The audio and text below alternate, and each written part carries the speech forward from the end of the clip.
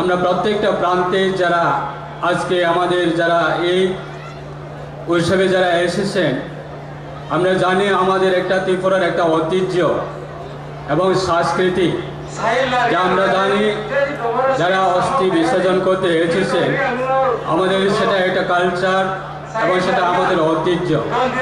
সেটাকে ধরে রাখার জন্য আমাদের রাজ্য সরকারের পক্ষ থেকে বিভিন্ন ধরনের সহযোগিতা করা এবং বিভিন্ন ধরনের এই মেলাকে কীভাবে আরও সুন্দরভাবে করে তোলা যায় তার ক্ষেত্রে আমাদের সরকার সেটা উদ্যোগ গ্রহণ করা হয়েছে।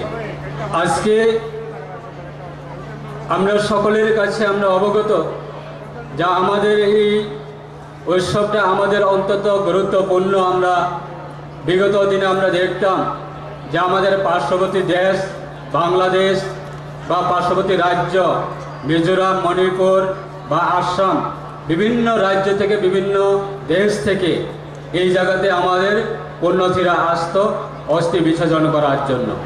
তাই এই বছরে আমাদের পার্শ্ববর্তী দেশ বাংলাদেশ আসার এটা সুযোগ ছিল, কিন্তু আমাদের বাংলাদেশের পার্শ্ববর্তী দেশ বাংলাদেশের বিভিন্ন কারণে, তাদের পরিস্থিতি বিভিন্ন কারণে এই বছরে মনে হয় আমাদের বর্ডারগুলি খুব স্ট্রংলিভাবে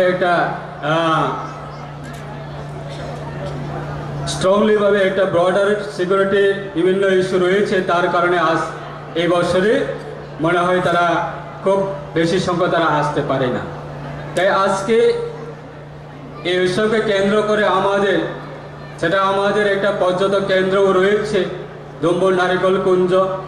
এই ডুম্বুর নারিকেল কুঞ্জ সেটা আমাদের সরকার 2018 ক্ষমতা আসার পরে এবং রাজ্যের মাননীয় প্রাক্তন মুখ্যমন্ত্রী বিপ্লব কুমার দেবের নেতৃত্বে এবং বর্তমান রাজ্যের মাননীয় মুখ্যমন্ত্রী সকলের প্রিয় প্রফেসর ডক্টর মানিক সাহা মহোদয় নেতৃত্বে আমরা কোনোদিনে আমরা সেটা কল্পনা করতে পারি না যে আমাদের একটা এই যে ডুম্বুর এলাকায় এটা ব্যাকওয়ার্ড এরিয়ার মধ্যে যে আমাদের ভারতবর্ষের প্রত্যেকটা রাজ্যের মানুষ পর্যটকরা আজকে আমাদের এই ডুম্বুর নারিকেল কুঞ্জতে আমাদের টুরিস্ট প্লেস রয়েছে। টুরিস্টের আমাদের বিভিন্ন রাজ্য থেকে এবং বিভিন্ন কান্ট্রি থেকে আমাদের টুরিস্টরা আসছে। তাই সেটা আমাদের ডেভেলপমেন্ট হচ্ছে এবং সেটাকে আমরা ধরে রাখার জন্য আমাদের রাজ্য সরকার যথেষ্ট সেটা উদ্যোগ গ্রহণ করা হয়েছে। এবং আজকেও আমরা আমাদের পবিত্র বিধানসভা অধিবেশন চলাকালীন সময়ে আমাদের রাজ্যের মাননীয় ট্যুরিজম ডিপার্টমেন্টের মন্ত্রী শ্রীযুক্ত সুশান্ত চৌধুরী মহোদয়ের মাধ্যমে আমরা শুনেছি যে আমাদের এই ডুম্বুর নারিকেল কুঞ্জের বিভিন্ন ডেভেলপমেন্ট আগামী দিনে আরও ইনিশিয়েটিভ নেওয়া হবে।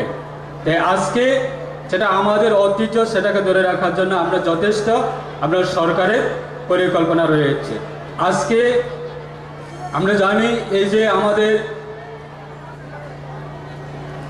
পুণ্যভূমির তীর্থমুখে আমরা প্রত্যেকটা বছরে সেটা আমরা উৎসব করি।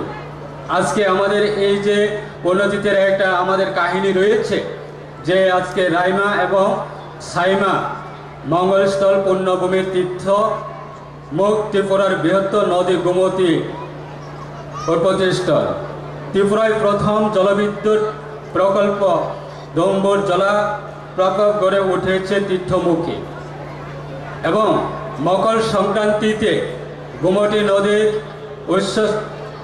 উৎসস্থল তীর্থমুখে অস্থি বিসর্জন এবং শ্রদ্ধা প্রীতি তর্পণ ও পুণ্য স্নান করে আসছে আদিম জনজাতি অংশের মানুষ। তাই আজকে সেরকমভাবে আমরা জানি যে তবে এই পবিত্র তর্পণ কবে থেকে শুরু হয়েছে তা আজও কারো অজানা। বলা হয় প্রথম দিকে এই পবিত্র কাজটি শুরু করেন জনজাতি অংশের লোকেরা। কালক্রমে এই পুণ্যস্থান ও মেলা পরিণত হয়েছে জাতি জনজাতি সহ সব অংশের মানুষ মিলন ক্ষেত্রে। এই শুরুতে আমরা এই যে উদ্যোগটা আমরা জনজাতির অংশে নিয়েছে, কিন্তু আজকে দিনে দাঁড়িয়ে আমাদের রাজ্যের সেটা একটা জাতি জনজাতি উভয় অংশের মানুষের একটা ঐতিহ্য, সেই ঐতিহ্যর কেন্দ্র এবং পুণ্যতির প্রত্যেকটা মকর সংক্রান্তিতে আমরা সেই জায়গাতে এসে আমরা সেই উৎসবটা আমরা পালন করি।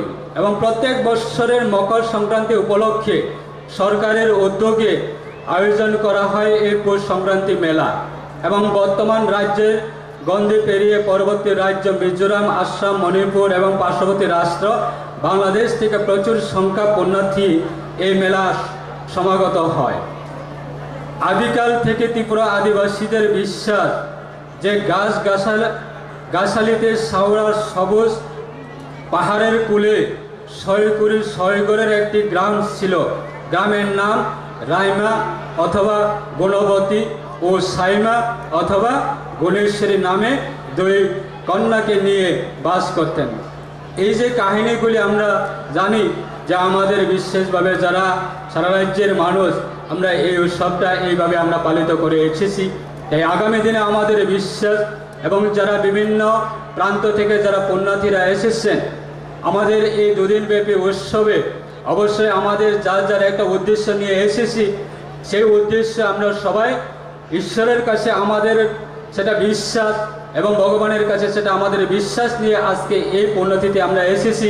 তাই আমাদের বিশ্বাস সেটাকে আমরা সম্পূর্ণ করার জন্য আমরা সরকারের বিভিন্ন ধরনের যত ধরনের আমাদের সহযোগিতা, সেই সহযোগিতা করার জন্য আমরা সরকার সেটা চেষ্টা চালিয়ে যাচ্ছি। তাই আমাদের ডিএম সাহেব রয়েছে, এসডিএম সাহেব রয়েছে। এই 2 দিনব্যাপী আমাদের এই উৎসবে যাতে আমাদের পূর্ববক্তা বিধায়ক সাহেব উনি বলার চেষ্টা করেছে, আমরা বিভিন্ন প্রান্ত থেকে পুণ্যার্থীরা এসেছে এখানে আমাদের উদ্দেশ্য নিয়ে, আমাদের বিশ্বাস নিয়ে, যাতে কোনো ধরনের আমরা অঘটন যাতে না ঘটে সেদিকেও আমরা সবাই নজর রাখবো।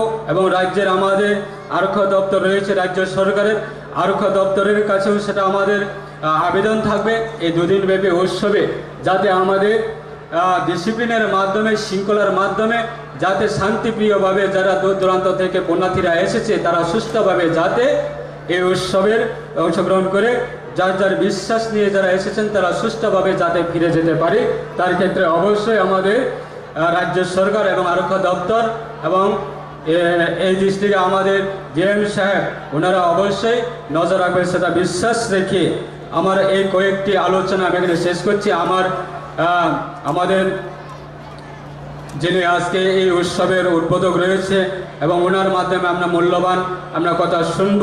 তাই আগামী দিনে আমাদের এই উৎসব কেন্দ্র অবশ্যই আমাদের রাজ্য সরকারের পক্ষ থেকে বিভিন্ন উন্নয়নমূলক আরও হাতে নেওয়া হবে।